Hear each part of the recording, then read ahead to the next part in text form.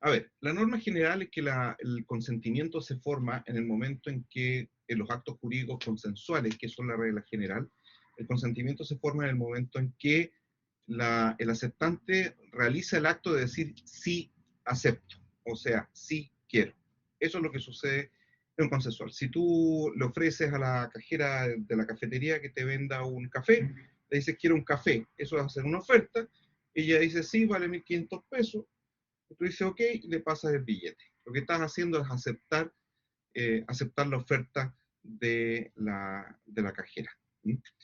Y así se forma el consentimiento. Estamos en un acto jurídico común y corriente de compraventa realizado entre personas presentes que no tiene mayor solemnidad ni mayor formalidad. ¿Sí? Ahora, la cuestión es que cuando se trata de un contrato electrónico, generalmente nos enfrentamos a la posibilidad de que una empresa y un consumidor sean las partes que estén realizando el acto jurídico. En esta situación, probablemente nos encontramos ante el derecho al consumo. Lo que pasa es que el derecho al consumo viene a ser una especie de una rama del derecho privado en el cual se asume que una de las partes es más débil que la otra y por lo tanto debe ser protegida. Esto implica una serie de normas excepcionales que se han establecido en consideración a esta debilidad contractual, porque usualmente los contratos entre proveedores y consumidores van a ser contratos de adhesión en que el consumidor no tiene mayor injerencia, no tiene mayor capacidad de negociación. Y esta situación se puede ver agravada por el hecho de que el contrato sea electrónico, es decir, a distancia, entre personas que no están presentes, puesto que se dan una serie de circunstancias bien especiales. Por ejemplo, es que tú no tienes acceso al producto que estás comprando, si es una compraventa. No lo puedes oler, no lo puedes ver, lo puedes ver en fotos, pero no lo puedes ver en directo, no lo puedes oler, no lo puedes tocar, no puedes comparar su tamaño. Esto hace que en realidad te encuentres una cierta desventaja. Esto sin decir de los problemas que se pueden dar cuando hay problemas de envío o incumplimiento derechamente de las características o se ha mentido por parte del proveedor respecto a las características del producto. Así que como el consumidor es la parte más débil, entonces debe ser protegido de alguna manera. Esto en otros países se ha hecho a través de la regulación de lo que se llama derecho al comercio electrónico, en que además de protegerse al consumidor, se protege a todo aquel que realice actos mediante comercio electrónico. ¿Sí? Ahora, entonces, lo que vamos a hacer es ver que hay excepciones entonces, o normas ligeramente diferentes a las reglas generales respecto a la formación del consentimiento y otros asuntos cuando se trata de actos de consumo y electrónico, que no es lo mismo necesariamente.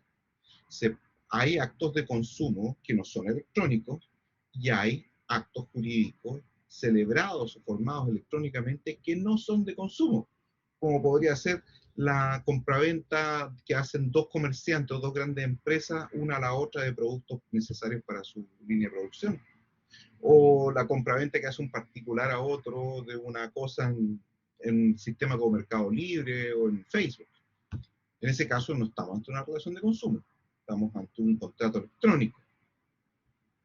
Así que cuidado, en este caso estamos mezclando ambas cosas. Dice el autor que hay excepciones entonces. Dice, la principal excepción tiene que ver con las ofertas a personas indeterminadas, que como hemos visto en régimen general, o no son obligatorias o están condicionadas. Claro, porque resulta que si tú haces una oferta, por ejemplo, publicas en el diario, antiguamente se hacía en el diario, o publicas en Chile Autos, que es una página web de venta de autos, publicas una oferta diciendo vendo mi auto en 1.000.000 de pesos. Esa se considera una oferta a persona indeterminada y no obliga al ofertante. Es decir, fíjate bien esto. Primero decirte qué es lo normal.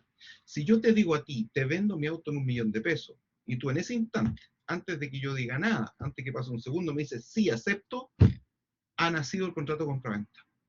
Puede que yo como ofertante pues me arrepienta, pero eso ya no tiene ningún valor, porque al decir acepto el aceptante, el contrato ha nacido y por lo tanto ha surgido la obligación que tienen ambas partes, una de pagar el precio y otra de dar la cosa vendida, darla. Eso es lo normal. Ahora, nos dice el Código de Comercio también en esta parte.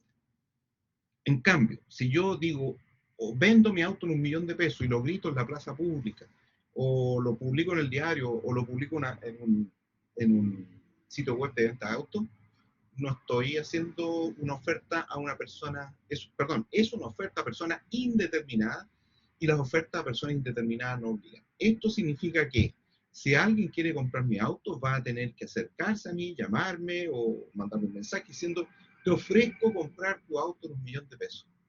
Y yo le puedo decir no.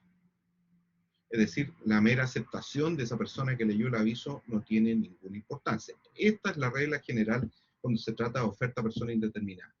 Pero, ¿qué pasa con el derecho al consumo? Aquí en el derecho al consumo cambia la regla y nos dice, en cambio en el derecho al consumo, las ofertas a personas indeterminadas son obligatorias. Así lo dispone el artículo 12 de la Ley de Protección al Consumidor. ¿Mm?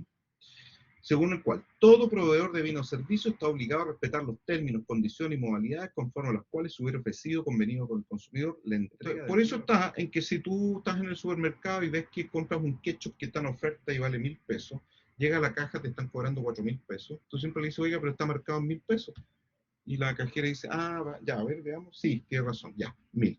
Se respeta. Bueno, no te hace mayor problema porque es política comercial, no hacerte problema en los supermercados. Yo nunca he tenido un problema con ese asunto.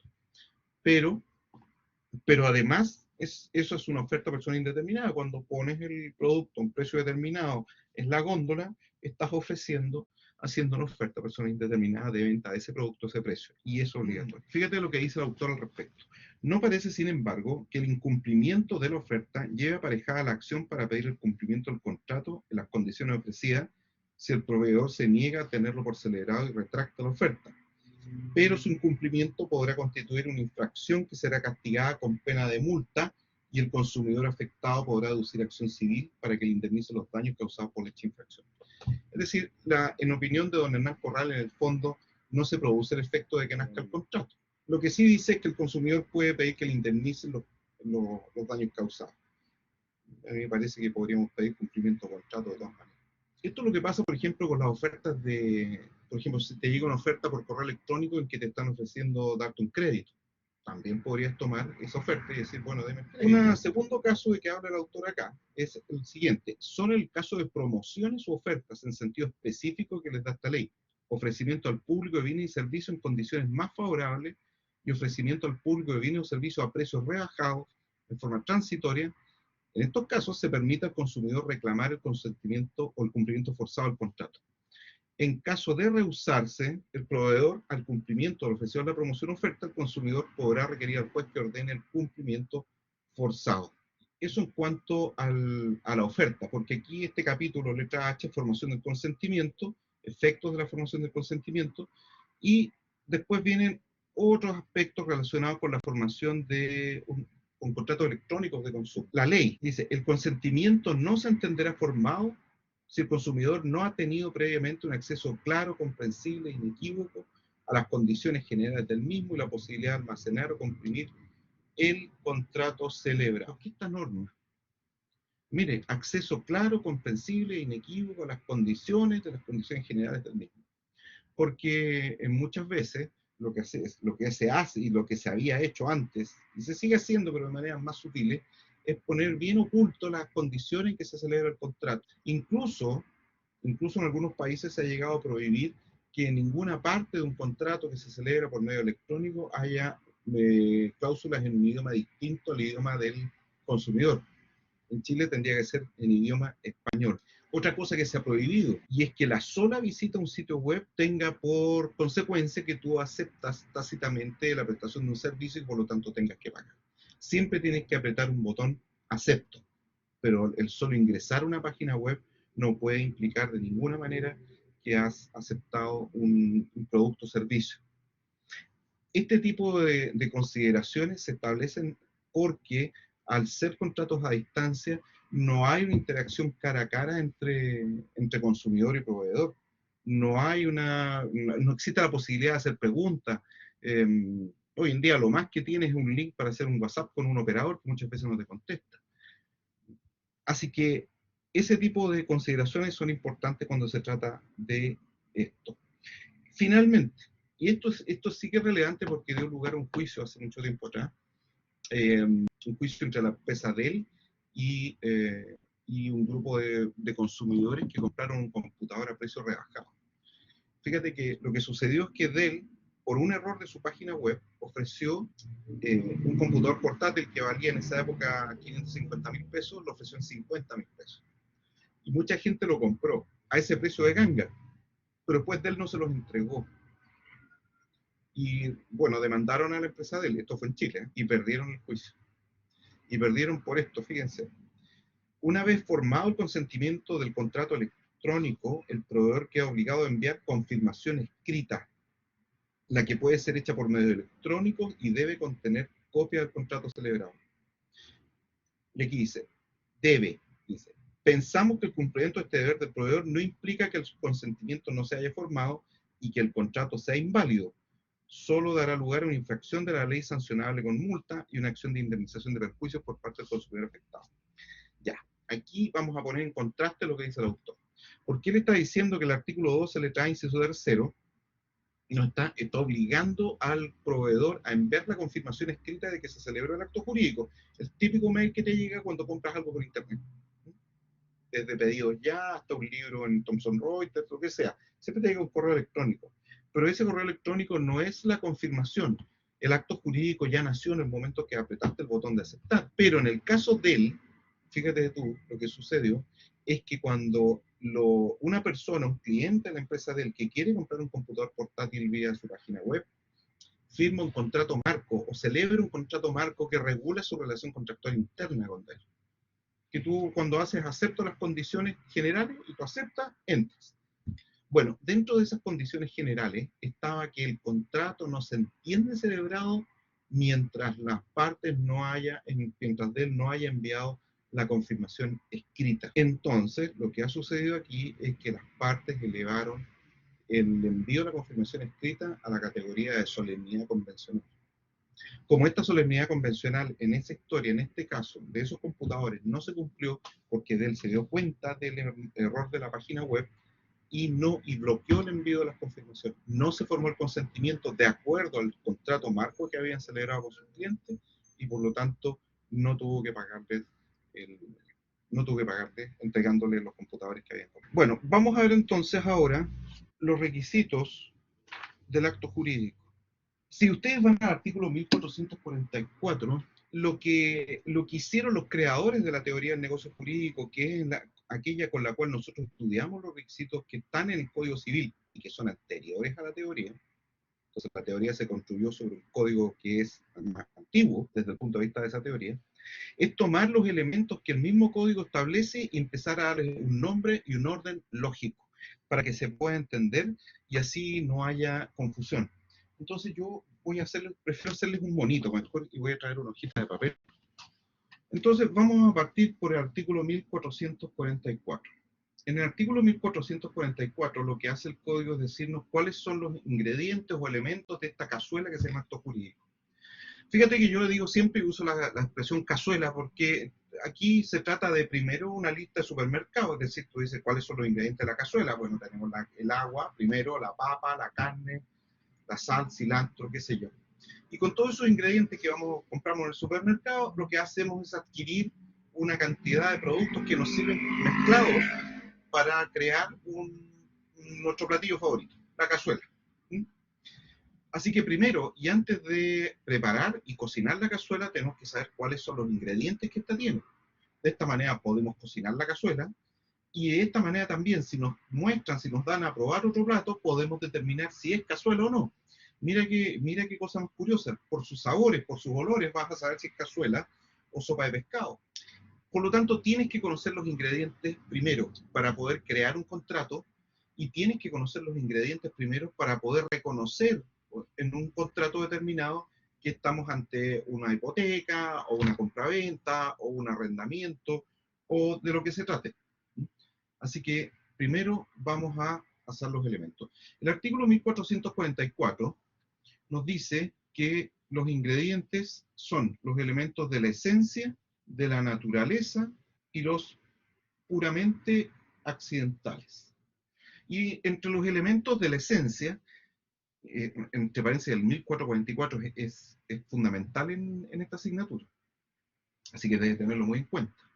Entre los elementos de la esencia, aquellos, dice, sin los cuales no se produce acto alguno, y aquellos en que de faltar degenera en otro diferente. Lo voy a poner así resumido, pero en realidad, sin los cuales no produce efecto alguno o degenera en otro diferente. Fíjate lo importantes que son. Imagínate, si esto fuera una cazuela, sin los cuales no produce efecto alguno sería el agua. Sin agua no puedes hacer una cazuela. O degenera en otro distinto. Una cazuela sin carne, que sería sopa de papa. Pero no sería una cazuela, eso no puede ser una cazuela, es otra cosa. Pero sigue siendo comestible. Pero una cazuela sin agua, ¿qué haces con una mezcla seca de carne y carne cruda y papas duras? No hacen nada. Esos ingredientes son tan importantes que deben encontrarse siempre en todo acto jurídico. ¿Cuáles son estos elementos? Los llamamos los requisitos o los subdividimos en dos tipos: requisitos de existencia o constitutivos. Esto en el lenguaje de Hernán Corral, él habla de requisitos de constitutivos, y de validez o validatorios. Son de dos tipos entonces. Así, validez o validatorio. Ahí tenemos dos entonces. Fíjate que si falta un requisito de la esencia, entonces no hay acto jurídico, no hay nada. Es como un partido de fútbol sin pelota, como un automóvil sin motor, como un avión sin ala. Así que siempre deben estar en el acto jurídico, siempre. Por so pena de que si faltan, o el acto jurídico no produzca efecto alguno, o degenere en otro distinto. ¿Cuáles son estos? Los vamos a ver a continuación. Dejémoslo hasta el momento ahí. Estos son sus características. Ahora, también el 1444 nos habla de los elementos de la naturaleza, es decir, de aquellos que sin necesidad de cláusula especial se entienden pertenecer. Entonces podríamos decirlo así: se entienden integrados en el acto sin cláusulas especiales. Dos puntos. Lo dice la ley. ¿Qué elementos, por ejemplo? A ver, si esto fuese una cazuela, esto significa que, dicho de otra manera mejor, como las partes al celebrar un contrato no tienen que poner una cláusula que diga, por ejemplo, que el vendedor en un contrato de compraventa responde de la evicción de la cosa. Es decir, responde y defenderá al comprador si un tercero dice que la cosa es de él y se la quiere quitar. Eso es la evicción. No es necesario poner esa cláusula porque la ley ya dice que va incorporada en el contrato. Entonces, en este caso, las partes solo pueden sacar o renunciar estos elementos. Es valor por defecto. Mira, si tú decides como parte sacar este elemento de la naturaleza del contrato, no pasa nada. Por ejemplo, si fuese un auto, tú puedes comprar un auto y decirle al vendedor: mira, lo quiero sin alfombra, lo quiero sin radio, lo quiero sin rueda de repuesto, lo quiero sin gata, y sáquele esas barras de techo que no me gustan, y lo puedes dejar pelado el auto, y sigue siendo un auto. Porque, pero aquí está la cuestión: si tú nada dices y compras el auto así como está, pues bien se entiende incorporado todos estos elementos. Pero si las partes deciden sacarlos, el auto sigue siendo un automóvil. Te das cuenta que no es lo mismo sacarle a un auto el motor que sacarle la radio, porque sin motor decimos que falta un elemento de la esencia, cuya falta hace que no produzca efecto alguno el auto. En cambio, si le sacamos la alfombra o le sacamos la radio, sigue el auto siendo un automóvil, y las partes simplemente han renunciado a esos elementos. Esto de los elementos naturales es muy práctico, porque permite a las partes celebrar un acto contrato sin necesidad de hacer un mamotreto de 1500 páginas poniéndose en todas las situaciones posibles, sino que basta con que acuerden en la cosa y en el precio, que es una compraventa, para que la ley supla su voluntad en todo lo demás que haga falta. Y ahora vamos a los elementos accidentales.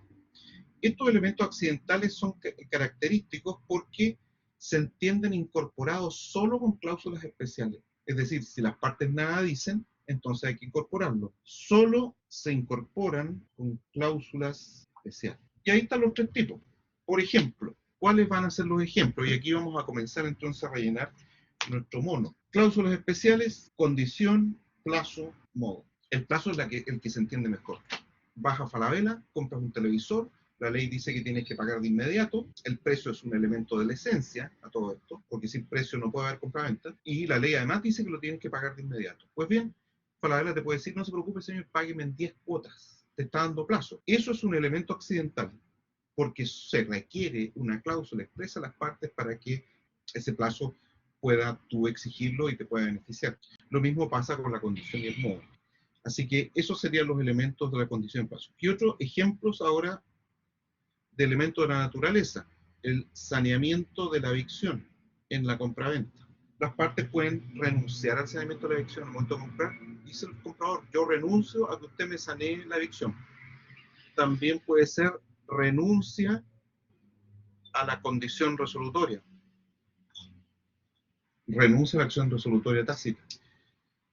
Claro, fíjate que si tú no me pagas el precio, yo renuncio a pedirle al juez que resuelva el contrato, que lo extinga, que lo mate.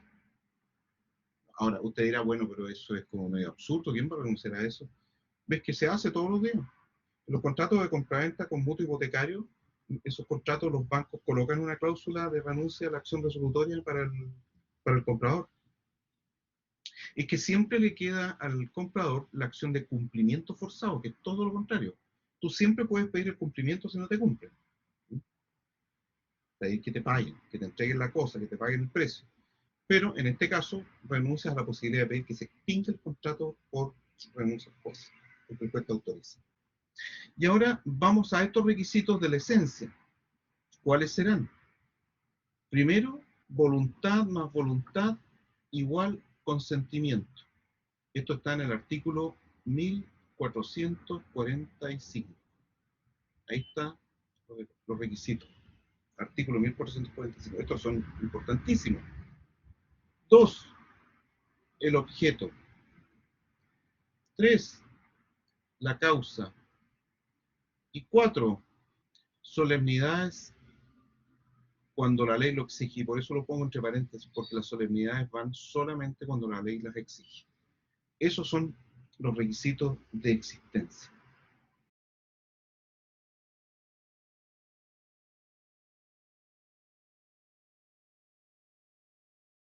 Bueno, esto puede sonar un poco confuso, parece.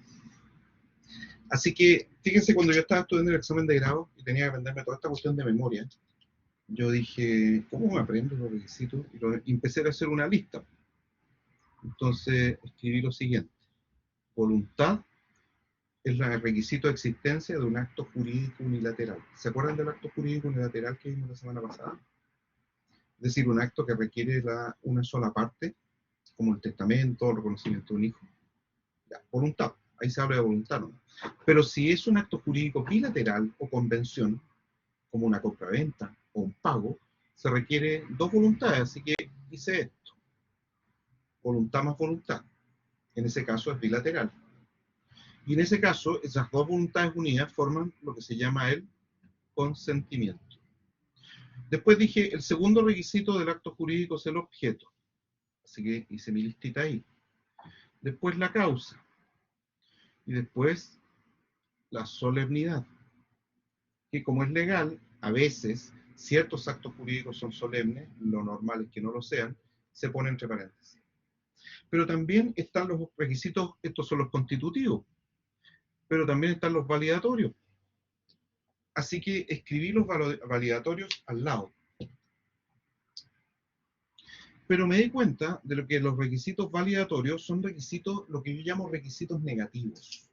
O sea, requisitos o cosas que no son deseables en el objeto deseado. Por ejemplo, si tú te pones a pensar allá en tu casa, cuáles son las características que debe tener tu pareja ideal, entonces tú vas a pensar debe tener un requisito, dos requisitos, tres requisitos y cuatro requisitos, ¿no es cierto? Ahí tenemos nuestros requisitos ideales, constitutivos de tu pareja ideal. Pero también tienes requisitos negativos, es decir, requisitos que no quieres que tenga, o características que no quieres que tenga. Por ejemplo, me puedo imaginar que no quieres que tu pareja sea drogadicta, que sea alcohólico, que sea violento, que sea demente, que sea un loser, perdedor, que nunca ha hecho nada en la vida, que se dedica a jugar PlayStation nomás. Es decir, Eso es lo que yo llamo requisitos negativos. El código está lleno en sus instituciones de requisitos positivos y requisitos negativos. Estos son requisitos positivos. Son cosas que debe tener un acto jurídico, so pena de que no produzca efecto alguno o degenere en otro distinto. Así que debe tener esto. Pero teniendo, ya, primer requisito, tiene voluntad de consentimiento.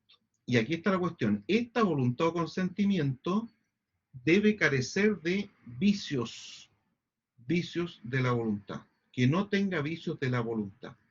¿Y cuáles son estos vicios de la voluntad? El error, la fuerza y el dolo. Es decir, los voy a tarjar. La idea es que no tenga ni error ni fuerza ni dolo para que sea válido.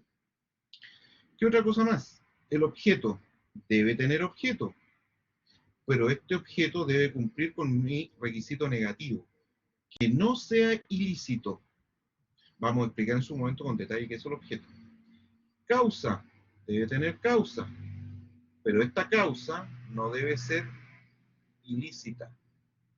Finalmente, un requisito negativo que no está relacionado con el de al lado, o sea, no está en paralelo aquí, es que ninguna de las partes debe ser incapaz relativa. Este fue mi listado que me hice en el grado para no perderme, para sabérmelo de memoria. Y cuando lo hice me di cuenta que se parecía a los pescados que están tirados en el suelo en las caricaturas. ¿Sí? ¿No has visto los pescados de caricaturas? Aparece un espinazo pescado, me acuerdo de Don Gato y su amigo, que era una caricatura que me gustaba cuando niño. Siempre Don Gato estaba muerto de hambre y comía pescado que estaba tirado en la calle. En Condorito también aparecen estos pescados y dije, se parece un pescado. Y parece un pez. Los vicios de la voluntad son error, fuerza y dolor. Ahora usted dirá, bueno, ¿por qué hicimos esta figura? Porque resulta que nosotros vamos a ir creando símbolos en las clases. Signos que son como los signos matemáticos, ¿no es cierto? Por ejemplo, si tú vas en clase de matemática, te decían que este signo, ¿qué significa? ¿Alguien sabe lo que significa ese signo? Raíz cúbica, ¿no es cierto? ¿Y qué significa esto? ¿Y qué significa esto? Y ahora viene la gran pregunta de Valentín. ¿Y qué significa esto así? Eso significa acto jurídico. No, no, no. Así pelado como está, significa acto jurídico. Por ejemplo, te voy a dar un ejemplo práctico de la utilidad de ese símbolo. Si yo te digo que el señor A le hace una oferta al señor B, una oferta de compraventa, y el señor B acepta. Producto de esta aceptación se produce o nace un acto jurídico que se llama compraventa. Y como nació el acto jurídico compraventa, ahora nacen obligaciones que están pendientes de cumplimiento. Están obligados uno a pagar el precio y al otro a entregar el café. Y para cumplirlo hay que celebrar otro acto jurídico, dos actos jurídicos que pueden ir en paralelo. Pago ¿de qué? Del precio, y pago del café. Fíjate tú que en un acto jurídico compraventa en una cafetería, entonces puedes encontrar 5 actos jurídicos. La oferta es celebrar el contrato. Eso es un acto jurídico que tiene todos estos elementos. La aceptación, menos la solemnidad, por supuesto, porque es un acto jurídico consensual la compraventa de café. La solemnidad no está. Recuerda que eso solo se exige en ciertos actos jurídicos. La oferta se acepta. La aceptación también es un acto jurídico en sí mismo. El producto de la oferta con la aceptación se produce una compraventa. Nace el acto jurídico de compraventa que tiene nuevamente todos estos elementos. Y a continuación surgen obligaciones que son satisfechas a través de el pago y el pago de dinero y el pago del café, porque entregar el café también es un pago, el cumplimiento de obligaciones. Entonces aquí tenemos que todos estos, y fíjate tú, y si esto lo mezclamos con lo que aprendimos la semana pasada respecto a los actos jurídicos, disculpe, joven, me están llamando por teléfono, se cortó la imagen, ¿se ve? Sí se ve, ya. Entonces, veamos esto en contexto con lo que aprendimos en la clase anterior respecto a actos jurídicos unilaterales o bilaterales. Podemos decir, lo voy a hacer con otro lápiz, que esta oferta es un acto jurídico unilateral. Este es un acto jurídico unilateral. Que la compraventa es un acto jurídico bilateral. que el pago es un acto jurídico bilateral y que este pago también es un acto jurídico bilateral. Y ahora, dentro de los actos jurídicos bilaterales, ¿de qué tipo son? Porque recuerdan que vimos tres tipos de actos jurídicos bilaterales: los que crean derechos, los que modifican derechos y los que extinguen derechos. En otras palabras, los contratos y las simples convenciones. El acto jurídico bilateral es este de acá, la compraventa, es un contrato, así que es de los que crean derechos y obligaciones. Y el pago es un acto jurídico bilateral, también llamado simple convención. Y este también, simple convención. Y esto es de aquellos que, malvados actos jurídicos, que extinguen todo lo que hace contratito. Es de los que extingue derechos y obligaciones. Este también extingue. De esta manera, entonces, podemos imaginar, creo yo, de una manera más gráfica, cuando estamos en presencia de un acto jurídico.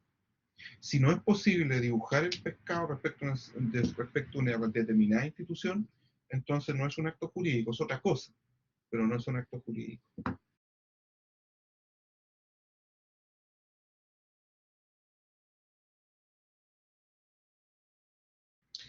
Fíjate, no sé si va por aquí, pero le voy a decir lo siguiente. Lo que sucede es que tenemos que entender que el acto jurídico es que este acto que crea, modifica, extingue o transmite derechos y obligaciones. ¿Se acuerdan de la definición de acto jurídico? Esa definición la podemos simbolizar con esto. ¿Mm? Eso es lo que quiero decir. Y entonces, igual que en las matemáticas, donde los matemáticos pueden expresar una fórmula mediante una serie de símbolos, nosotros podemos también usar eso.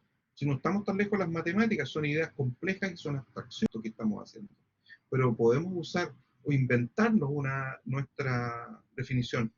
Eh, lo que vamos a hacer durante el resto del semestre es estudiar uno a uno estos requisitos. De hecho, en esta clase se parte estudiando el primero, la voluntad y consentimiento. Vamos a estudiar el objeto en detalle, la causa en detalle, vamos a estudiar los vicios, vamos a estudiar cuándo el objeto es ilícito, cuándo la causa es ilícita, y ya estudiamos las incapacidades absolutas y relativas, ya las tenemos en nuestra cabeza. Esa es la idea entonces, que tenga una estructura. Esto es prácticamente todo el semestre. Y también vamos a aprender que cuando cualquiera de estos requisitos falla, por ejemplo, que no haya objeto o que el objeto sea ilícito, ¿cuáles son las consecuencias para nuestro pez? Nunca existió, desaparece, lo castigamos, se produce la nulidad. ¿Qué es lo que hacemos? Y fíjate también que producto de eso podemos entender que si se nos cae cualquiera de estos peces que son una línea continua, si tú te fijas, son toda una línea continua, cualquiera de estos que se caiga, por alguna razón, provoca que se caigan los que vienen detrás. Por ejemplo, si la oferta la realiza alguien que es demente, entonces la aceptación no va a tener valor porque va a formarse un contrato de compraventa en que una persona es demente. Este contrato va a ser nulo, por lo tanto, todo lo que venga después se va a tener que retrotraer. Todo lo demás no vale. Nunca nació una obligación, por lo tanto no había nada que pagar. Porque si es nulo, nunca nació la obligación, por lo tanto no hay nada que pagar. Y vamos a continuar el próximo bloque con la voluntad en sí misma. Vamos a entrar a ver cuáles son los requisitos de la voluntad. Es decir, cuáles son los requisitos de la voluntad. Ahí vamos a entrar en realidad. Entonces debe ser real, debe ser seria, debe ser vinculante y debe ser manifestada. Fíjate, cada uno de estos requisitos tiene que darse respecto de la voluntad y respecto de esta también. También debe ser real, seria, vinculante, puesto que si no, no hay voluntad. Y si falta la voluntad, se nos cae uno de los requisitos de nuestro pez. Vamos al primer requisito, la voluntad. La voluntad. La voluntad es esencial en el acto jurídico. Recuerda que el acto jurídico implica una renuncia a algo que tú tienes, implica una renuncia a tu libertad. Por lo tanto, para renunciar a esa libertad que tú tienes de quedarte en casa con las manos en los bolsillos, sin hacer nada, y renuncias a ello para taparle la muela a un cliente, para defender en juicio a alguien. Renuncias a tu libertad de ser dueño de tu auto, de tu casa, de tu PlayStation, y decides vendérsela a otro y te obligas a entregárselo a otro. Entonces la voluntad es fundamental, puesto que esta renuncia siempre tiene que ir precedida de un acto volitivo, de un acto libre. que refleja el libre albedrío de los seres humanos, que todos gozamos. Así que el 1445, número 2, nos dice que para que una persona resulte obligada por un acto de declaración de voluntad es necesario que consienta en dicho acto de declaración. Fíjate un detalle, ¿eh? La página 527 abajo, me acabo de dar cuenta, no me he dado cuenta, si tú comparas el 1445 con lo que coloca el profesor Corral ahí, dice, fíjate que el profesor Corral dice, para que una persona resulte vinculada por un acto de declaración de voluntad. Y el código dice, para que una persona se obligue a otra por un acto de declaración de voluntad.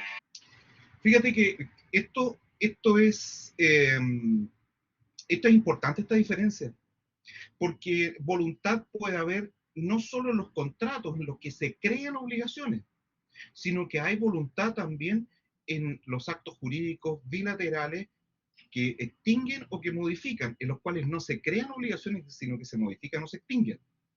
Por eso la definición del 1445 está enfocada derechamente a los contratos. En cambio aquí me da la impresión de que el profesor Corral, en vez de usar la expresión se obliga a otra, dice resulte vinculada, porque es más genérica esa expresión.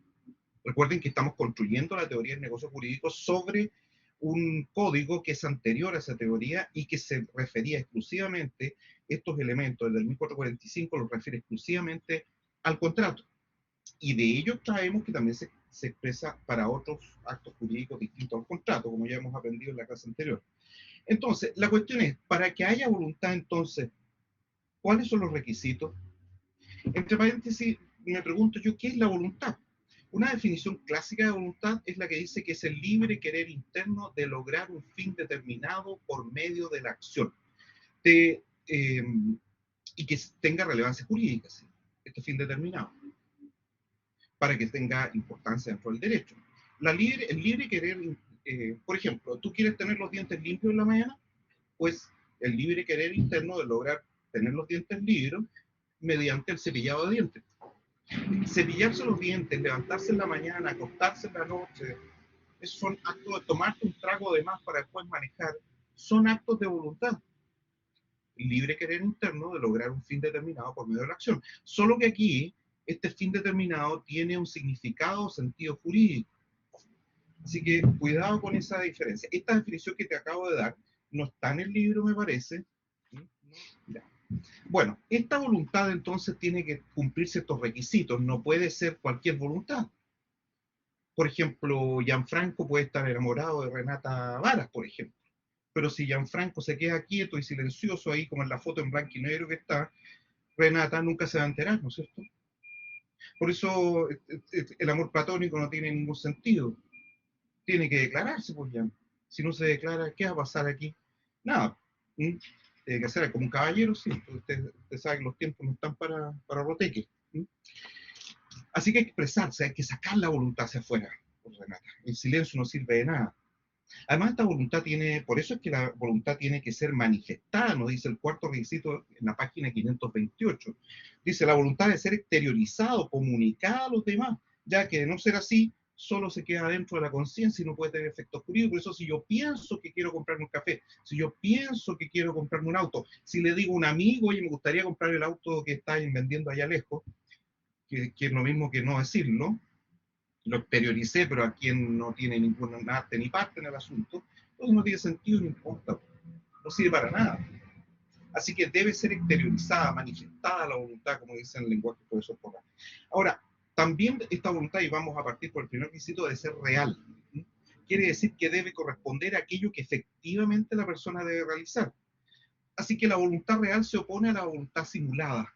Esto de voluntad simulada lo puedes entender, por ejemplo, qué es lo que sucede cuando una persona celebra un contrato de compraventa de un auto, por ejemplo, y se lo vende a un amigo. Pero la voluntad de él no es la de vender el auto a cambio de un precio.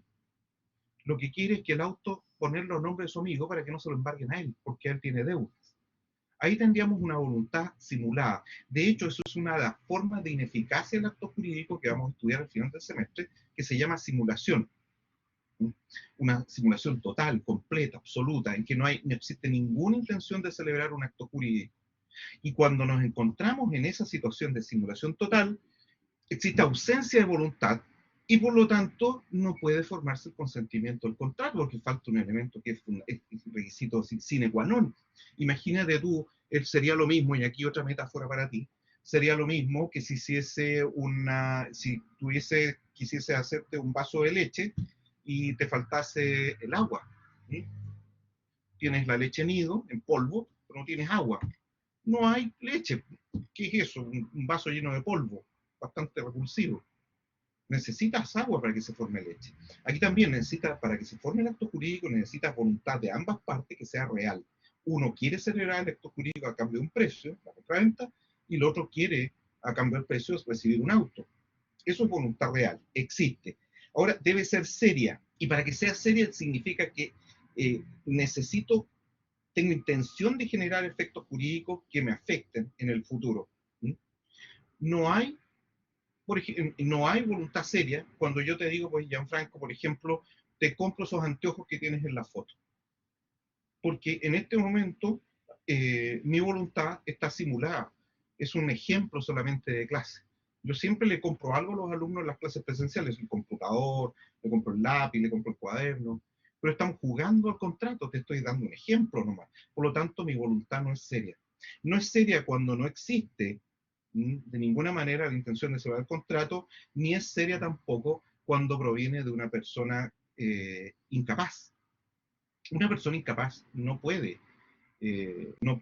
tener una voluntad seria, un demente, por ejemplo, un menor de edad. Eso no es voluntad seria. Vinculante, por último. Debe ser vinculante la voluntad. Fíjate lo que dice el autor. La voluntad debe ser jurídicamente eficaz, es decir, que genere vínculo jurídico. ¿Te acuerdas que estudiamos el vínculo jurídico en clases anteriores? Si se promete algo que por el contexto social, la forma en que se expresa, otras circunstancias, no parece como algo destinado a producir efectos jurídicos, sino que se inspira más bien en los buenos deseos, la cortesía o reglas de decoro social, estaremos ante una voluntad no vinculante. Por ejemplo, si un tío le dice a un sobrino que le hará un muy buen regalo de matrimonio cuando se case, no está manifestando voluntad de celebrar un contrato o promesa de donación.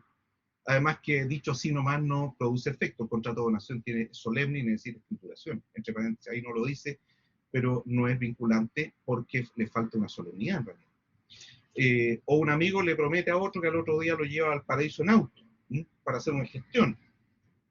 Lo mismo puede decirse del contrato de pololeo, si lo llamáramos un contrato. Yo siempre lo uso como ejemplo, porque ahí tenemos el ejemplo de algo que asemeja mucho un contrato, asemeja mucho un vínculo jurídico, pero no tiene vínculo jurídico, puesto que no hay en él un objeto que sea protegido por el derecho.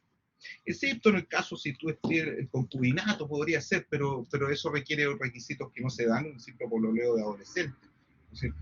Vivir juntos, por ejemplo, y otras características que no existen en esto, en caso de pololeo común y corriente normal. Así que, como tú puedes ver, debe haber voluntad, y esta voluntad debe ser real, seria, vinculante y manifestada, exteriorizada. Así que ya sabes, Gianfranco tiene que hablarnos. ¿Mm?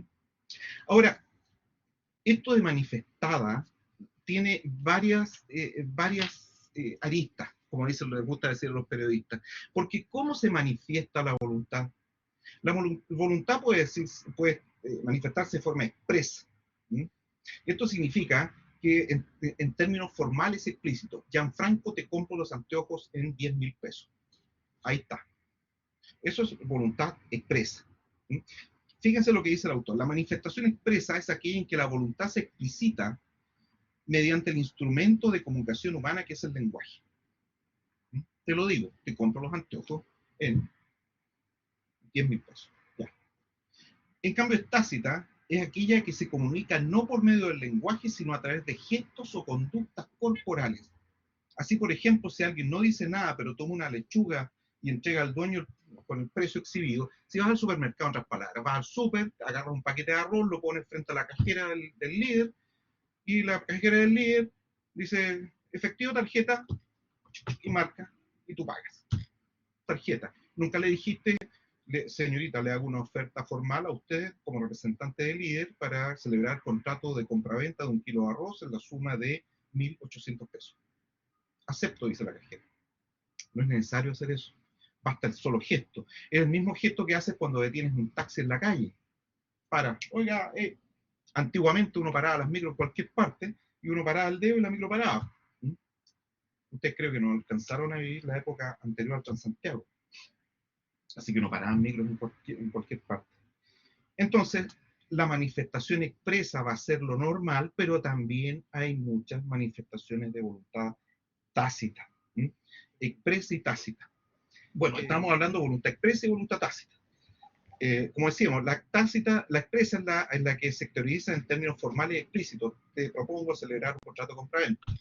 Tácita, la que se manifiesta a través de gestos. Y paras un taxi o pones el paquete de arroz frente a la cajera. Pero también está el caso de la voluntad presunta. Fíjate que cuando se trata de la voluntad presunta nos encontramos ante algo que es parecido a la voluntad tácita, pero no es igual. Porque en lo que sucede es que en la voluntad tácita hay un gesto, hay un elemento externo que indica sin lugar a dudas, de manera indubitada, que tú quieres celebrar un acto jurídico.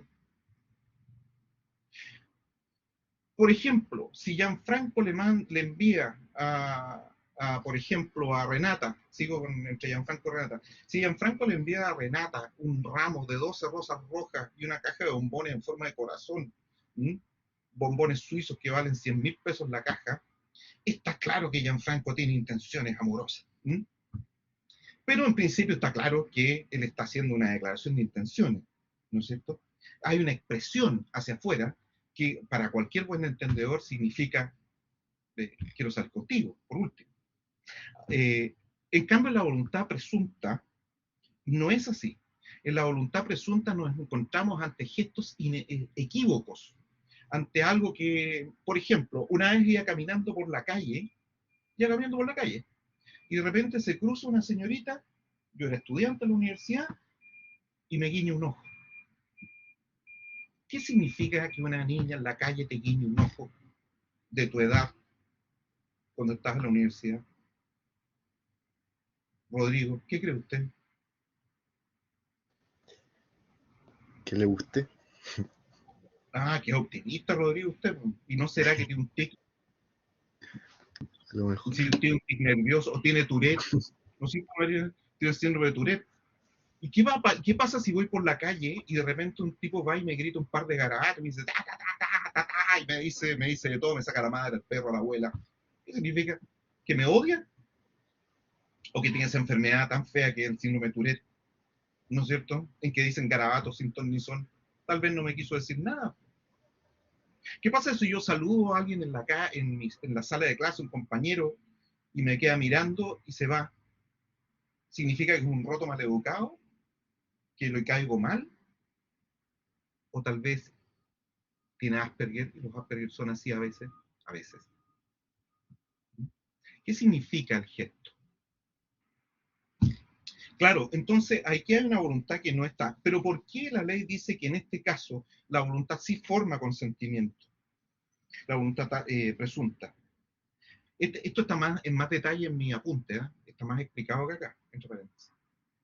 Eh, por ejemplo, la ley establece que que si una persona hace, dice o realiza determinado acto, significa tal otra cosa. Te voy a dar un ejemplo que es un poco tal vez complejo a esta altura de la carrera, pero espero que lo entienda y si no lo entiende me pide por favor que lo aclare más. El Código Civil establece que cuando una pareja casada en sociedad conyugal pone término a la sociedad conyugal, se forma una comunidad por la cual la mitad de los bienes son de ella y la mitad de los bienes son de él. Ya no hay sociedad conyugal, sino que una simple comunidad, mitad y mitad. Pues bien, la ley establece también un beneficio para la mujer, entre los muchos que establecen beneficio a la mujer. En la sociedad conyugal está muy desequilibrado a favor de la mujer, te voy a decir, ¿eh? Lo van a vender en su momento. La mujer tiene el derecho a renunciar a esas gananciales. Usted dirá, ¿cómo renunciar a la mitad de los bienes? Es que las gananciales son todo, los bienes y las deudas.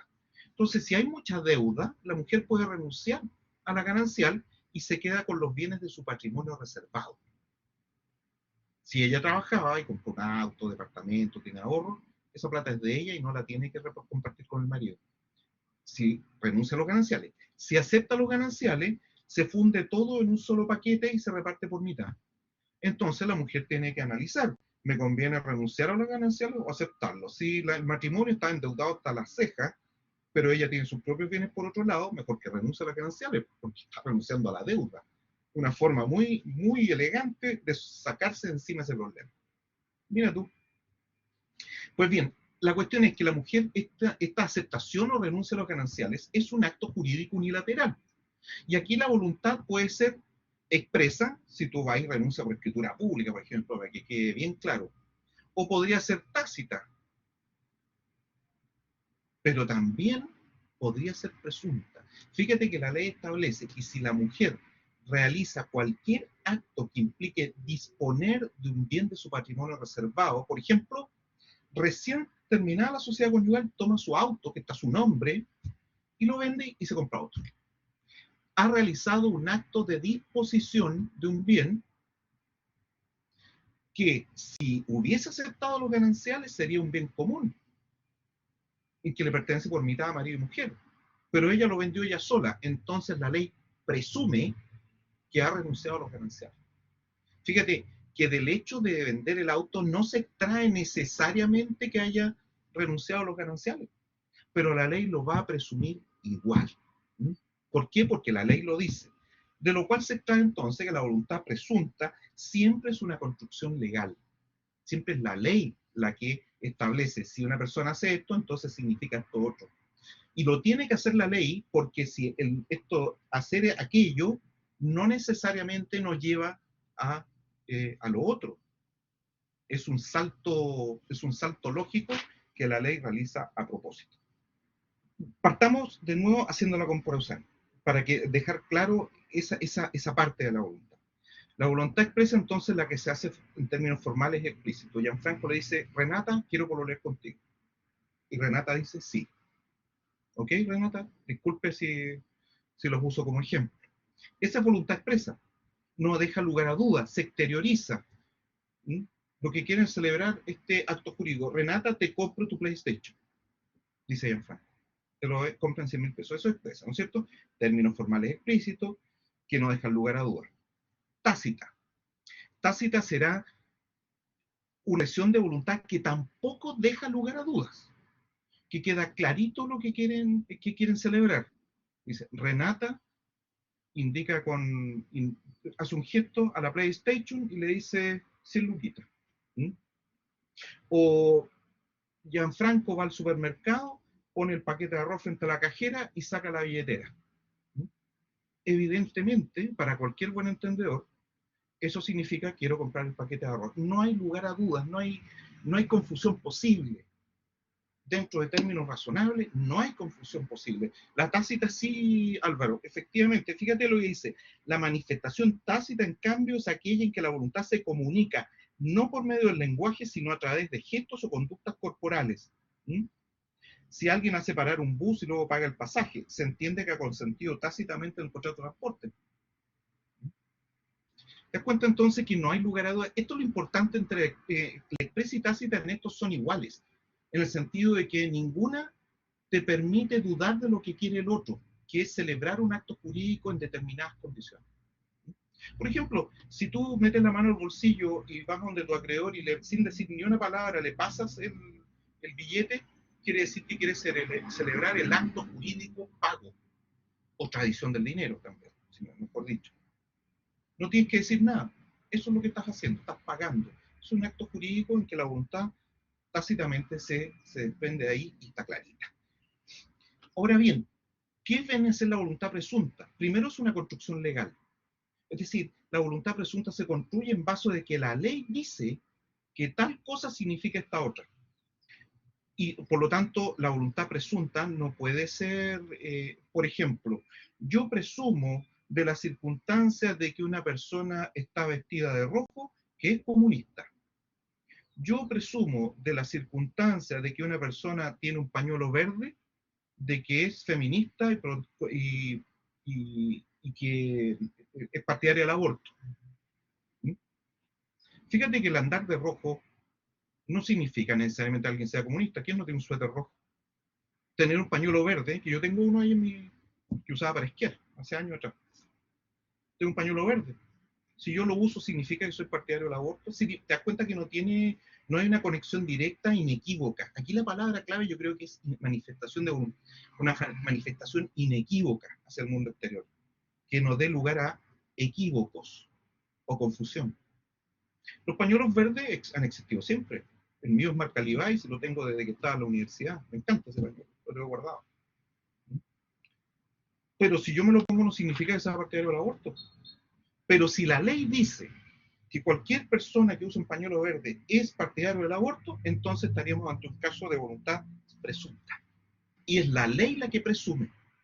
Ejemplo de voluntad presunta, si la mujer que está en comunidad por disolución de la sociedad conyugal celebra cualquier acto de disposición de un bien de su patrimonio reservado, que es aquel que obtiene por su trabajo propio separado del marido, se presume que renuncia a las gananciales. Se presume. Fíjate que esto es equívoco porque vender tu auto para comprarte otro no tiene nada que ver en principio con querer renunciar a las gananciales de la sociedad conyugal. Son cosas completamente distintas y sin embargo es la ley la que le concede ese significado. Te voy a dar otro ejemplo, ahora sacado no de la ley, sino que de anécdotas o de cosas que uno sabe, inútiles.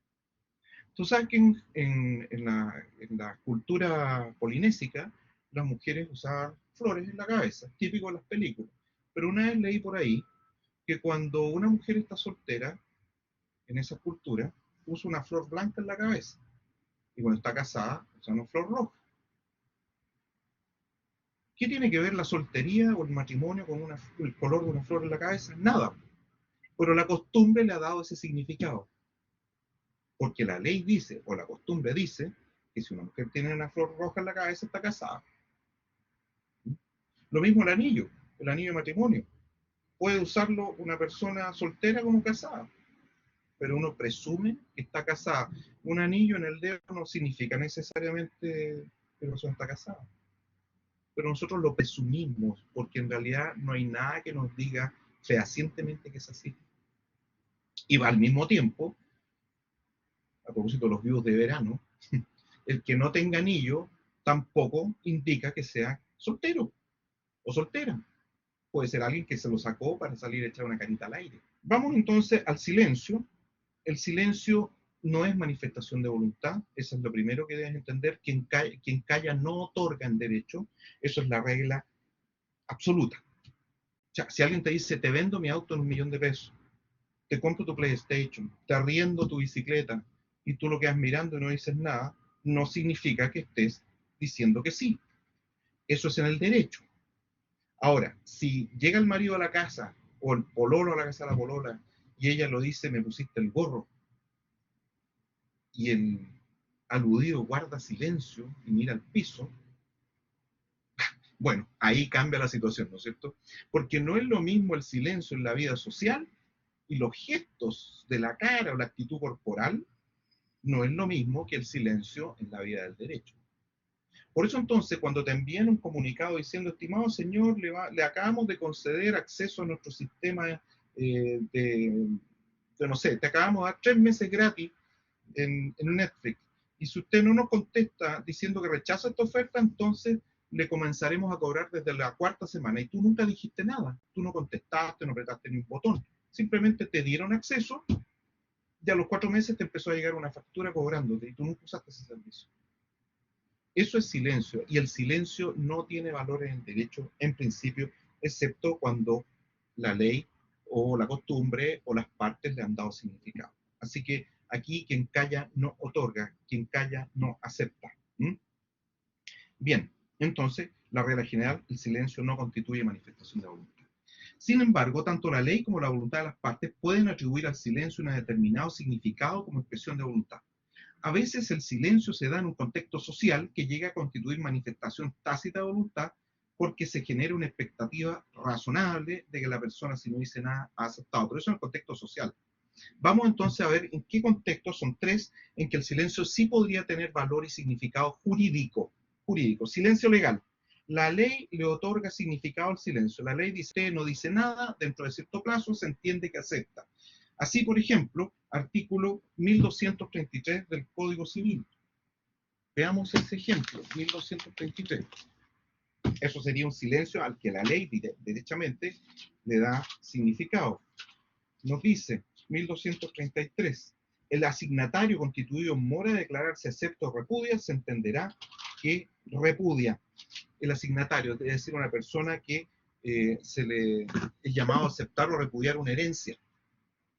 Si un heredero tiene que aceptar o repudiar y es declarado en mora, es decir, se ha demorado, no ha aceptado ni repudiado, ha guardado silencio, la ley soluciona el problema y dice, vamos a entender que repudias. Vamos a entender que repudias porque esta es una larga fila de gente que está esperando saber si tú has aceptado o repudias. Así que la verdad es que es más práctico decir, cortar esto por lo sano. Repudiaste porque te quedaste callado. Y aquí es la ley la que le da valor al silencio. Es una excepción, entonces. Lo otro es el silencio convencional, un clásico en los contratos de arrendamiento inmueble. Se celebra el contrato de arrendamiento de un departamento por un año, 12 meses plazo, y se entenderá renovado automáticamente si ninguna de las partes manifiesta por carta certificada su intención de ponerle término con al menos 30 días de anticipación a la fecha de término del contrato. Es decir, si tú guardas silencio, no envías la carta diciendo que quieres terminar el contrato, inmediatamente entonces se entiende que el contrato se renovó por un año más. Un año más. Así que ese sería el silencio convencional, muy usado todos los días en los contratos de arriendo. Y aquí está un caso más especial, que es el famoso silencio circunstanciado. Es decir, en estos casos no hay un contrato con una cláusula, no es la ley lo que lo dice, sin embargo, todo lo que rodea la relación contractual nos lleva a pensar que si una de las partes nada dice, entonces tenemos un contrato celebrado. Mira cómo lo explica él. En caso del silencio circunstanciado, en estos casos son las circunstancias que rodean la situación en que se encuentre el que mantiene el silencio, lo que hablan por él, sus circunstancias, y confieren un significado a su propio silencio. Así, por ejemplo, y el ejemplo yo creo que es lo que importa aquí, porque esto es una construcción doctrinaria y que ha sido aceptada por la jurisprudencia algunas veces. Dice, así, por ejemplo, si por largo tiempo entre dos partes se ha celebrado un determinado contrato de suministro de una mercadería en una determinada fecha, el proveedor puede entender que si no se ha dicho nada en contrario antes del día de la entrega es porque se ha aceptado nuevamente la celebración de dicho contrato. Yo siempre pongo un ejemplo medio absurdo. Les cuento el caso de una feria costumbrista nortina, que no existe, obviamente la inventé hace años, una feria costumbrista nortina en que se hacen diabladas, se vende comida típica del norte, se venden artesanías hechas con madera de tamarugo, todo en Punta Arenas. Al lado del Estrecho Magallanes, hacen diabladas y tocan música con charango, todo nortino. Y todos los años hay un fabricante de charango ubicado en Arica que le envía 100 charangos a un comerciante de Punta Arenas. Todos los años sucede así desde hace 20 años. 100 charangos sin faltar un solo año. Resulta que este año ocurrió algo y este comerciante ya no se va a dedicar al rubro de la venta de charangos, pero no le cuenta ni le dice nada a su proveedor. No le dice. Ha guardado silencio. Pero el proveedor igualmente envía los charangos y ahora se lo está cobrando. Y él, ante la demanda de cobro, dice, oiga, pues yo no tengo contrato con él, yo no le compré los 100 charangos, no tengo por qué pagarlos. Ni siquiera los retiré del correo. En una situación como esta, los tribunales han definido que existe un silencio circunstancial. Es decir, al guardar silencio en circunstancias tales que ellos llevaban 20 años de relación económica proveyéndose estos charangos, implica que ha aceptado, que él debió haber manifestado su voluntad en orden a no perseverar en el contrato. Esto es una cuestión muy excepcional que debe construirse cuidadosamente y de carácter, por supuesto, de carácter doctrinario y jurisprudencial. Vamos entonces ahora a la formación del consentimiento. Aquí tienes que tener en cuenta la clasificación de actos jurídicos que vimos en su momento. Tienes que diferenciar claramente los actos jurídicos o contratos consensuales, los reales y los solemnes. Porque lo que vamos a ver aquí ahora es la formación del consentimiento en los actos jurídicos consensuales. Consensuales. Porque este mecanismo que vamos a estudiar ahora, que está dentro del, entre paréntesis, está dentro del Código de Comercio, solamente aplica a los consensuales, que son la vasta mayoría de los contratos. entre paréntesis. ¿Qué es lo que hacemos nosotros cuando vamos y pedimos un café en la cafetería? Es lo que hacemos cuando compramos una pizza por teléfono. Es lo que hacemos cuando, no sé, arrendamos un caballo, un velero en las vacaciones, en Pucón. Eso son todos contratos consensuales en que hay una oferta que viene seguida de una aceptación que por su propio mérito forma un contrato, el que sea que están celebrando, que hace nacer derechos y obligaciones que posteriormente son cumplidos por ambas partes, ya sea haciendo algo o dando algo. Así que cuidado con esto porque tiende a ser confundido. ¿Qué pasa con los contratos reales? En los contratos reales no hay oferta de aceptación. Lo que hay es entrega o tradición de una cosa. Y al recibirlo la otra parte nace el acto jurídico. Nace el acto jurídico. Y en los actos jurídicos solemnes no hay oferta de aceptación. Lo que hay es una voluntad que se plasma dentro de la solemnidad que generalmente es la escrituración. Yo, en el contrato de compraventa de un inmueble, que es el contrato solemne por excelencia, el contrato de compraventa de inmueble están plasmadas, fosilizadas adentro ambas voluntades unidas en el consentimiento, pero no ha venido antes una seguida de una oferta de aceptación. Fíjate que, claro, tú me dirás, bueno, pero cuando una persona compra una casa, va y le dice al comprador, le dice, oye, te compro tu casa en 100 millones de pesos. Y el otro dice, oye, me parece bien, buen precio, te la vendo. Aparentemente aquí ha habido una oferta de aceptación, pero en realidad son ofertas de aceptaciones que no tienen el poder para crear un acto jurídico, compraventa, porque se trata de un inmueble.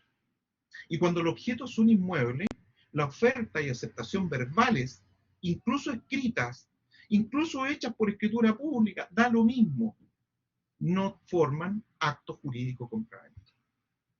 Porque el derecho civil, el Código Civil, estima que es una decisión tan importante desde un punto de vista económico para las partes, patrimonial para cada una de ellas y social también, es tan importante la decisión de adquirir o deshacerse de un inmueble que esa voluntad debe expresarse en un documento que se llama escritura pública, en el cual no hay duda de la fecha, de que las partes concurrieron, de que dijeron lo que ahí dice que dicen, es decir, nos da una serie de certezas que mantienen la tranquilidad social. La indefinición en cuanto a la propiedad de los bienes raíces produce inquietud social. No es algo baladí. Entre paréntesis, una de las razones de la estabilidad institucional de Chile a lo largo del tiempo de la independencia es precisamente la solidez del régimen de propiedad de la tierra. Y la incertidumbre respecto a la propiedad de la tierra produce graves inquietudes. Vean lo que son. Así que, por eso entonces, uno de los factores de la estabilidad social relacionada con este tema es el que cualquier acto sobre inmuebles tenga que ser solemne. Aquí entonces vamos a ir a la regla general, que son los actos jurídicos consensuales, que son la vasta, el 99% de los actos. Ya, ¿cuál es el primer requisito? Debe haber una oferta. La oferta es entre paréntesis, aquí te anoto de nuevo, todo esto está regulado en el Código de Comercio, no en el Código Civil. Esta fue una falla del Código Civil, una falta grave que fue subsanada años después, cuando se dictó el Código de Comercio, se agregó en los artículos 97 y siguientes, se agregó normas especiales respecto a la formación del consentimiento. Aquí tengo mi Código de Comercio, que ya está re viejo, pero estas normas no se han cambiado, así que no. Dice, de los contratos y obligaciones mercantiles en general, disposiciones generales. Primero, de la Constitución, forma y efecto de los contratos y obligaciones. Esto en materia comercial. Artículo 97. Para que la propuesta verbal de un negocio imponga al proponente la respectiva obligación, se requiere que sea aceptada en el acto de ser conocida por la persona a quien se dirigiere, y no mediando tal aceptación, queda el proponente libre de todo compromiso. Aquí lo que está regulando entonces es la oferta, y aquí podríamos regular cuál es el efecto de esta oferta. Así que hay que complementar el artículo 1445 del Código Civil cuando nos habla de la voluntad y el consentimiento, hay que completarlo con las normas del 97 a 109. 97 a 109 del Código de Comercio. Yo lo que te recomiendo es que estas hojitas lo busques en la biblioteca del Congreso, el Código de Comercio, si no lo tienes, e imprimas solo los artículos correspondientes y lo guardes ahí entre medio de tus apuntes y lo tengas a mano al estudiar esto. ¿Qué nos dice de la oferta? Una de las partes del futuro acto jurídico debe formular una oferta o policitación. También, esa es la otra palabra rara que se usa acá, policitación, que viene a ser el sentido de oferta. Es a su vez un acto jurídico, pero unilateral, por el cual se propone a otra parte la celebración de un acto jurídico bilateral. Ahora, yo les quiero leer, a propósito de esto, fíjate la opinión del profesor Ramón Domínguez Águila en su libro Teoría del Negocio Jurídico, que esta es la segunda edición y acaba de salir la tercera. Fue mi profesor de Derecho Civil. Oferta es una declaración de voluntad en que el oferente manifiesta su voluntad de concluir el negocio y las condiciones que debe contener. Se le ha entendido como un negocio unilateral autónomo. Usa la palabra negocio en vez de acto. Aunque no se comprende qué se quiere afirmar con ello, desde que sin la aceptación no tiene consecuencias jurídicas y de ella ni surge obligación ni derecho para aquel a quien ella se dirige. Ello independiente de las relaciones que puedan surgir extracontractualmente según se verá. Para él entonces no es un negocio o un acto jurídico la oferta, pero esa es una opinión de él. Aquí don Hernán Corral opina lo contrario, dice que la oferta es un acto jurídico y vamos a seguir tratándolo así porque es más fácil de entender para efectos pedagógicos. Ahora, esta oferta debe tener ciertas características como acto jurídico. Debe tener, por lo tanto, es pura voluntad, tiene un objeto, tiene causa y no tiene solemnidades porque la oferta de celebrar un contrato consensual es, por supuesto, consensual, no es solemne. ¿Qué debe ser? La oferta debe ser manifestada, firme, determinada y completa. Manifestada, firme, determinada y completa. Y puede ser expreso tácita, ya vimos que la expresión de voluntad puede ser expreso tácita. ¿Qué significa que sea firme?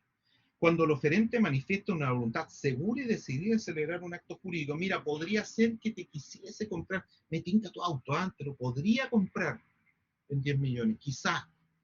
Esa no es una oferta firme. No es una oferta firme.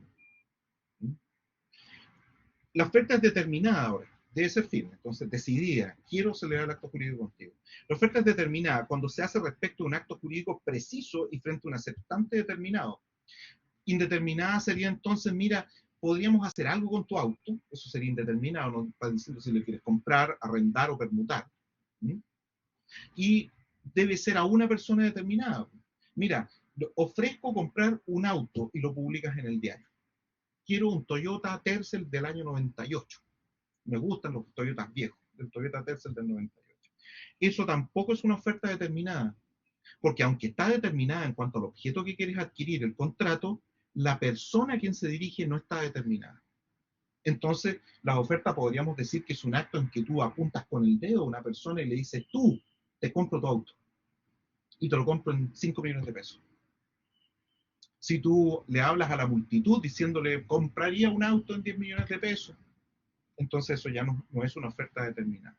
Vamos a ver que hay excepciones, por supuesto, en que la oferta indeterminada se obliga. Ya lo vimos en cuanto al comercio electrónico. Ahí sí. Pero esas son excepciones que confirman la regla. Por último, la oferta debe ser completa, cuando comprende todos los elementos del negocio, de tal manera que la aceptación sea pura y simple. Fíjate a tú que aquí se produce una cuestión que es muy importante, y es que tú debes en la oferta llevar todos los ingredientes necesarios para que el otro acepte. Es decir, primero, el tipo de acto jurídico que pretende celebrar. Quiero celebrar un contrato de compraventa. Primero, lo dices. Después, ¿sobre qué recae el contrato de compraventa? Es decir, el objeto de la obligación del contrato. Te celebro el contrato de compraventa, te lo propongo sobre ese auto que tienes ahí, ese Toyota Tercel verde año 98. O sea, estás indicando expresamente que es compraventa y que recae sobre ese auto, pero todavía falta algo para que sea compraventa. Y te lo compro en 5 millones de pesos. Ahí está completo. Lo único que tiene que hacer la persona a quien se dirige la oferta es decir, sí, acepto. Nada más. Porque si le agrega algo, entonces ya no es una aceptación, es una contraoferta. Por ejemplo, te digo, te compro tu Toyota Tercel verde 98 en 5 millones de pesos. Y la parte contraria dice, estoy de acuerdo en celebrar una compraventa, estoy de acuerdo en que sea el Toyota Tercel, pero te lo vendo en 8 millones de pesos. Esto no es una aceptación, porque no es pura y simple. Hemos cambiado uno de los elementos, hemos cambiado el precio. No acepté el precio, acepté que fuera compraventa y acepté vender el auto, pero no acepté el precio, por lo tanto no está completo el acto jurídico de compraventa. ¿Qué falta entonces? Falta la aceptación del otro. Esto es una contraoferta. Y ahora el primitivo ofertante tiene la posibilidad de decir sí, acepto, o tiene la posibilidad de decir no, muy caro, 8. Te ofrezco 6. Es decir, es una contraoferta, es una nueva oferta, para decirlo en términos más simples. Y ahora, nuevamente, el otro señor dice, no, 6 es muy poco. Te lo dejo en 6,5. Es una nueva oferta, una contraoferta. Y ahora el primitivo oferente, el que comenzó toda la puja, dice, acepto. Es decir, se ha formado el consentimiento, ha nacido en ese instante el acto jurídico compraventa. Fíjate que no hay ningún papel firmado. No hay nada con lo que podamos probar que esto ocurrió, pero ocurrió. Y ya nació el acto jurídico. Claro, siempre me preguntan aquí, profe, ¿cómo? Pero si después no hay papel, no hay nada, y después uno dice que niega que ocurrió. Bueno, una cosa es negar que ocurrió y otra cosa que haya ocurrido. Efectivamente ocurrió, pero después tal vez no lo puedas probar. Por eso las personas generalmente, sobre todo cuando se trata de cosas valiosas, eh, tienden a escriturar el contrato. A todo esto, como prueba te podría servir un correo electrónico, un WhatsApp, un mensaje de texto, algo en Facebook, da lo mismo. Porque hoy en día todos esos medios se consideran escritos y sirven como medio de prueba. Así que tener en cuenta, hablar leceras por WhatsApp te puede cobrar, pasar la cuenta. Ten cuidado. La aceptación, por otro lado, o sea, firme, determinada y completa. La aceptación también es un acto jurídico unilateral que debe manifestarse, exteriorizarse, porque es voluntad, ¿no es cierto? Y debe ser pura y simple, es decir, no debe alterar los términos de la última oferta. Es decir, puede haber regateo y vamos saltando uno y otro, cambiando algunos elementos, o sea, te cambio el precio, cambio las características del producto, así estamos. Pero el último que dice sí acepto, ese es el aceptante. No importa quién esté vendiendo y quién esté comprando.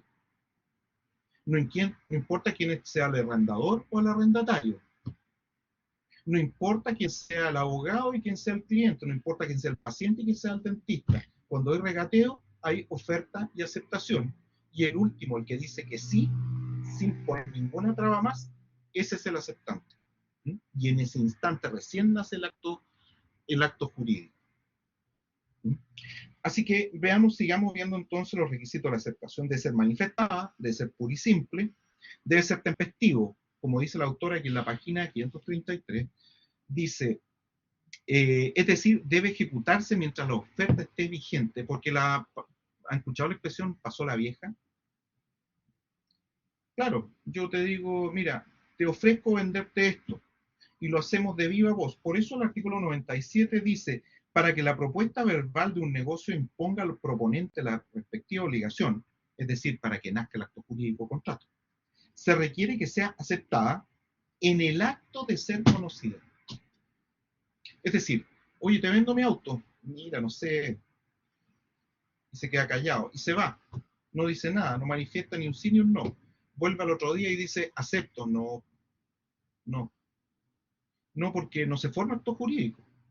No porque el primitivo oferente esté diciendo que no, no es eso. Lo que pasa es que esa aceptación ya no tiene el poder de cuajar y crear un acto jurídico. Ahora esa aceptación realizada el otro día en realidad es una oferta. Y el señor que vendía el auto puede rechazarle y decir, no, no, no te lo vendo. Se puede haber arrepentido. Esto es importante. Porque, mira, te voy a dar un caso, un ejemplo en que tú vas a darte cuenta de la importancia que tiene el que un contrato sea consensual y la importancia que tiene el que entendamos que ha sido aceptado el contrato. Y esto es un caso real. Una empresa muy grande le pidió plata prestada a un banco, digamos que un banco cualquiera, un banco grande acá de La Paz. Esto ocurrió hace unos 8 años atrás. Resulta que el banco le dijo al cliente que le iba a prestar 1.000 millones de pesos porque los necesitaba no importa, para pagar sueldos, proveedores, un montón de cosas, una empresa solvente. ¿Y cómo lo dijo? El cliente fue y le dijo al ejecutivo de cuenta de la empresa, ejecutivo de empresa se llaman eso, dijo, mire, la empresa que yo represento necesita 1.000 millones de pesos. ¿Mm? Perfecto, dijo el otro señor. Voy a consultarlo con el comité de riesgo del banco. ¿Ya? Y empezaron las comunicaciones por correo electrónico y finalmente el ejecutivo le dice, señor, su crédito está aprobado. ¿Mm? Y fíjate que el crédito en realidad es un contrato de mutuo de dinero. El contrato de mutuo de dinero en el Código Civil entre particulares es un contrato real que nace solo cuando se entrega el dinero. Antes no hay contrato, no hay obligación por parte del mutuante de entregar el dinero. En cambio, cuando se trata del mutuo civil, o sea, perdón, del mutuo bancario, es decir, el mutuo regulado por la ley de banco, en que el que presta el dinero es un banco, la ley lo reguló como un contrato consensual. Entonces viene aquí la cuestión, ¿qué sucedió? El banco se arrepintió y no le depositó los 1.000 millones al cliente. Al cliente le quedó la embarrada económicamente, rebotaron cheques, no pudo pagar sueldo, no pudo pagar proveedores, no pudo efectuar las inversiones que tenía previstas y se vio muy perjudicado por esto. Entonces el cliente demandó al banco por incumplimiento de contrato. Y el banco dijo, no señor, no hay cumplimiento de contrato porque no hay contrato, porque el mutuo es un contrato real. Y como yo no le entregué el dinero, nunca hubo contrato de mutuo. Por lo tanto, nunca estuve obligado. Y el cliente contestó, retrucó, diciendo, no, pues señor, es que el mutuo sí es consensual, porque como usted es banco, está regulado por la ley de banco y ahí la ley lo establece como un contrato consensual. Por lo tanto, cuando usted me envió ese correo diciendo el banco, el comité aprobó su crédito, en ese instante debemos entender que nació el acto jurídico, una aceptación pura y simple de la oferta que yo hice de celebración de un contrato de mutuo. Y esto es súper importante porque entonces si había contrato, había obligación de depositar el dinero. Al no haberlo depositado y haber provocado perjuicios al cliente, este cliente tenía derecho entonces a pedir el cumplimiento forzado, es decir, que le depositara los 1.000 millones en las condiciones acordadas, o pedir una indemnización de perjuicio. Y efectivamente la empresa pidió una millonaria indemnización de perjuicio y ganó el juicio. Así que, como tú puedes darte cuenta entonces, la aceptación pura y simple tiene un tremendo poder. Ahora, esta aceptación, por supuesto, tiene que darse dentro del periodo necesario. Si es verbal, inmediatamente. Porque si no es inmediatamente, es verbal y no es inmediata la aceptación, sino que es posterior, ya no tiene el poder de crear el acto jurídico y por lo tanto no crea obligaciones. Así que tempestiva, mientras la oferta esté vigente, debe ser oportuna dentro de un cierto plazo desde que fue recibida la oferta. Típico, tú recibes una oferta, mira, tenemos una rebaja, Black Days, ofrecemos este computador que valía 1.000.000 de pesos, lo ofrecemos 950.000 pesos. Gran rebaja, ¿eh? Típico Black Day chileno. Mala la rebaja. Esta oferta dura 24 horas, te dicen.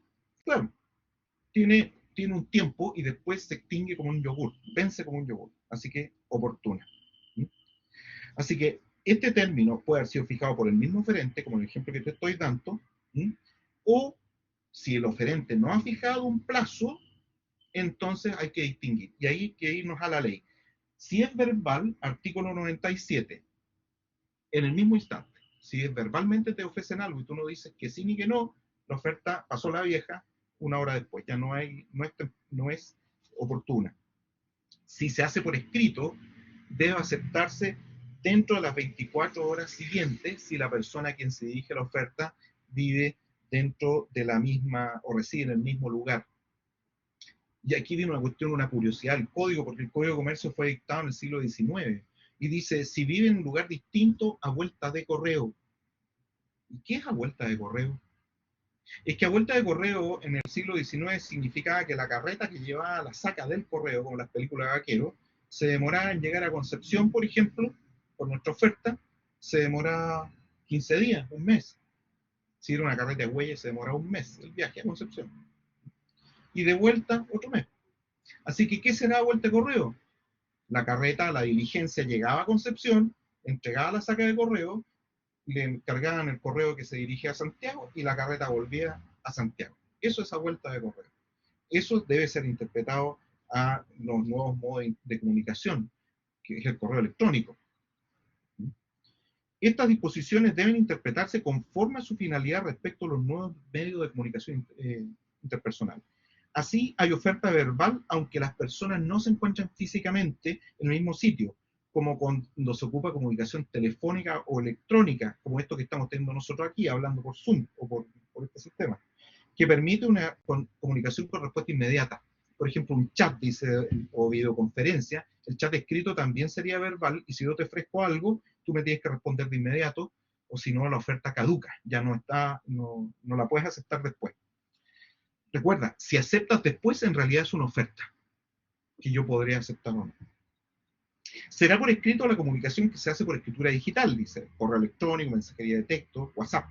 En estos últimos casos, si las partes residen en el mismo lugar, no hay problema para aplicar el plazo de 24 horas.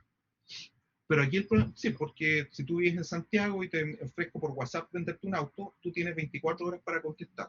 Si dentro de las 24 horas dice acepto, soné. Así como el banco sonó y debió entregar el dinero, yo soné y tengo que entregarte el auto. Y tú estás obligado a entregarme la plata después. Pero ¿qué pasa cuando viven en lugares distintos? Dice, más compleja se presenta la aplicación de la regla prevista para partes que residen en diferentes lugares. Evidentemente, el plazo expresado en los términos de a vuelta de correo está pensado para el correo postal, para las cartas que van y vienen. Pero podríamos interpretarlo en un sentido finalista como el que parece razonable para contestar atendida la naturaleza del medio tecnológico de comunicación empleado. En todo caso, siendo una expresión indeterminada, si hay discrepancia, deberá resolver el juez. El juez tendrá que ver qué entiende él por a vuelta de correo. Lo importante es que si la aceptación es extemporánea, va más allá del tiempo de validez de la oferta, entonces no forma el acto jurídico. Ahora tenemos que ver dos temas que son relevantes en este punto, que son en qué momento se forma el consentimiento y en qué lugar se forma el consentimiento. Estos dos puntos son importantes, sobre todo el momento, porque puede definir, por ejemplo, que un acto jurídico sea nulo o sea válido. Por ejemplo, si se formó el consentimiento cuando tenías 17 años y 364 días, el acto es nulo de nulidad relativa. Pero si se formó cuando tenías 18 años y un día, entonces no es nulo, es un acto válido. Si se celebró el contrato el día 3 de septiembre y el día 4 de septiembre te declararon interdicto por disipación, entonces el contrato es válido porque se hizo antes de la declaración de interdicción por disipación. Es válido y crea obligaciones. En cambio, si se celebró, se entiende celebrado el día siguiente de la declaración de interdicción, entonces es un contrato nulo de nulidad relativa. Entonces hay que tener cuidado. Otra cosa. Recuerden que todo contrato se entiende incorporada a las leyes vigentes al momento de su celebración. Y ante un cambio de legislación, cuyas normas se entiende incorporar al contrato, hay que tener muy claro qué ley era la vigente al momento en que el contrato nació. En un contrato consensual, esto puede ser medio difuso y puede haber una pelea, porque si se entiende que se celebró el día antes, entonces se entiende incorporada a la ley antigua. Si se celebró al día siguiente, justo cuando se promulgó y comenzó a regir la ley, entonces se entiende incorporada a la ley nueva. Entonces, ¿cuál es la ley que rige este contrato? Por eso el momento en que se celebró el contrato consensual es muy relevante. Ahora, cuando se trata de un contrato solemne es menos complicado porque la solemnidad generalmente lleva aparejadas la fecha exacta. El contrato de compraventa de un inmueble se celebró el 4 de octubre y es el 4 de octubre porque lo dice la escritura y la fe del notario nos da absoluta seguridad de ello. En los contratos reales, tal vez no sea tan seguro como un notario, pero podemos probar incluso por testigo la entrega de la cosa, que fue tal día. Es un poco más preciso. Puede que sea difícil probar, nadie vio, no hay una cámara de video, pero por último fue un momento exacto y preciso, cuando una persona estiró la mano y le entregó la bicicleta al otro, el otro la recibió. Eso fue un día y una hora preciso. Pero en los consensuales, ese momento puede ser un poco impreciso, así que hay que tener cuidado con él. Fíjate lo que dice, la importancia que tiene esto. ¿Mm? Por ello, en este momento deberá determinarse la capacidad de las partes, mayor o menor de 18, si el objeto existe. Por ejemplo, si yo te vendo un departamento antes de que esté recibido por la municipalidad, el objeto no existe. Si te lo vendo después, el objeto existe. Si te lo vendí antes y no existe, entonces es nulidad absoluta. Y si es lícito, las leyes que se entenderán formar parte del acto jurídico según la ley sobre efectos retroactivos de las leyes. Además, desde ese instante, el oferente ya no tendrá derecho a retractarse de la oferta, ya no te puedes echar atrás. Ya quedaste calzado, quedaste amarrado.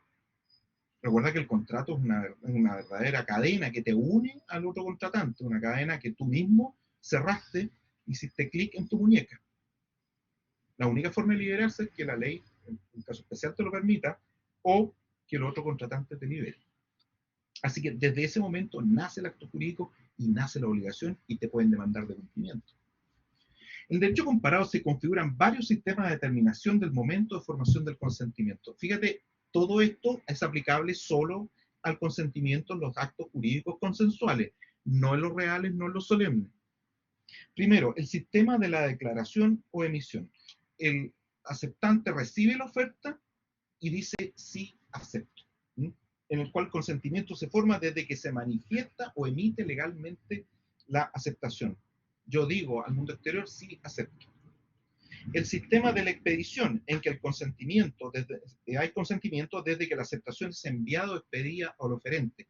Esto es un sistema más peligroso. Resulta que yo tengo que expresar mi voluntad de aceptar el contrato, pero debo enviarle esa comunicación, ya sea por chat, por carta, por correo electrónico, y recién cuando la envío se forma el consentimiento, dicen algunos. Tercero dicen, no, no, no, dicen algunos, no se forma ahí. El sistema de la recepción es el que vale, en que cuando recibe la aceptación en su casilla de correo, en su buzón de correo, el primitivo oferente, ahí se formaría el consentimiento reciente. Fíjate tú que pueden haber pasado varios días de diferencia entre cada una de estas etapas, ¿sí? Y varios días pueden hacer tremenda diferencia entre leyes aplicables, capacidad, existencia del objeto. Así que cuando recibe la oferta, pero esto tiene el problema de que uno puede recibirla pero no abrirla. Cuarto, el sistema de la información o conocimiento, en el cual existe consentimiento solo cuando la persona se impone de la respuesta o de la aceptación del otro. ¿Cuál será la que vale en nuestro país? La primera, el sistema de la declaración o emisión. Esto es, que el consentimiento queda formado desde que se declara o emite la aceptación, aunque ésta aún no haya sido enviada o no haya llegado a conocimiento del oferente. Por eso, si tú aceptas, te ofrecen algo y tú lo aceptas, en ese momento se entiende que nació el acto de contrato, aunque el otro no sepa. Excepción hay una, el contrato de donación.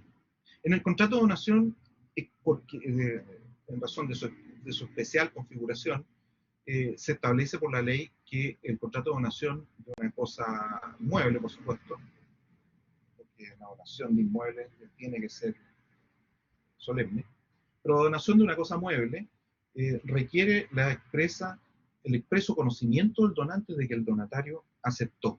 ¿Sí? Así que ahí funciona la teoría del conocimiento.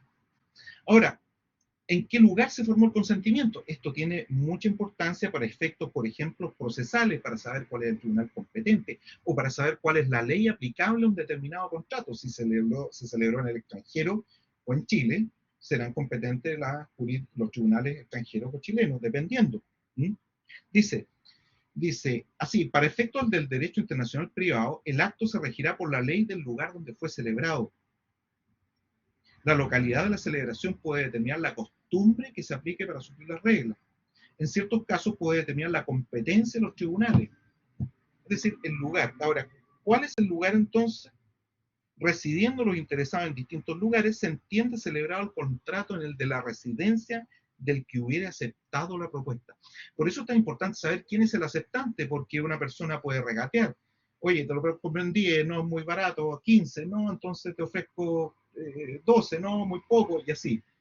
El último que acepta, ese marca el tiempo, el lugar de formación del consentimiento, y marca el lugar de celebración, que tiene estas tres importancias que nos da el autor acá, que puede ser muy relevante, por ejemplo, para el problema de la competencia relativa, es decir, cuál es el tribunal competente.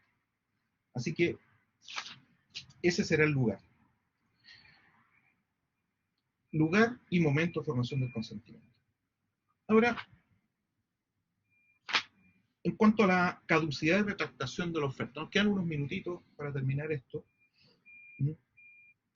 ¿Puedes arrepentirte de la oferta? ¿O puede caducar la oferta?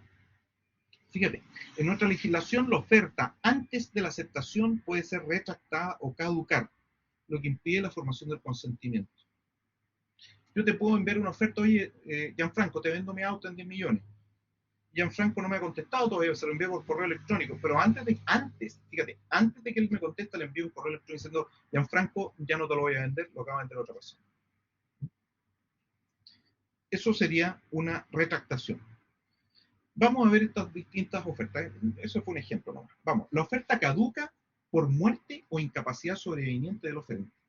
Por ejemplo, si una persona te hace una oferta, te vendo mi auto y al otro día tiene un accidente y queda inconsciente. Y queda en coma permanente, muerte cerebral. Esa oferta caducó. O me hacen una oferta de venderme un auto, siempre un auto, no una casa, fíjate tú, porque los autos son bienes muebles y los contratos sobre ellos son consensuales.